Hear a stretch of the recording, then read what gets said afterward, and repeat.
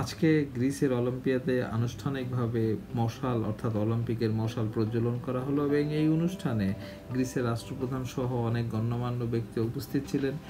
এই অনুষ্ঠানটি একটি আনুষ্ঠানিকতা মাত্র। আপনারা জানেন যে এই বছর প্যারিসে অনুষ্ঠিত হবে বিশ্ব অলিম্পিকের আসর এবং সেই আসরের 100 দিন আগে এই অনুষ্ঠানটি অনুষ্ঠিত হয়, অর্থাৎ মশালটি এখান থেকে প্রজ্বলন করা হয় এবং এটিকে অলিম্পিক যখন শুরু হবে সেই সময় স্টেডিয়ামের মূল একটি জায়গায় এই মশালটি জ্বলতে থাকবে এবং যেদিন অলিম্পিকের আসর শেষ হবে the first সেই দিন torch এই মশালটি bearer.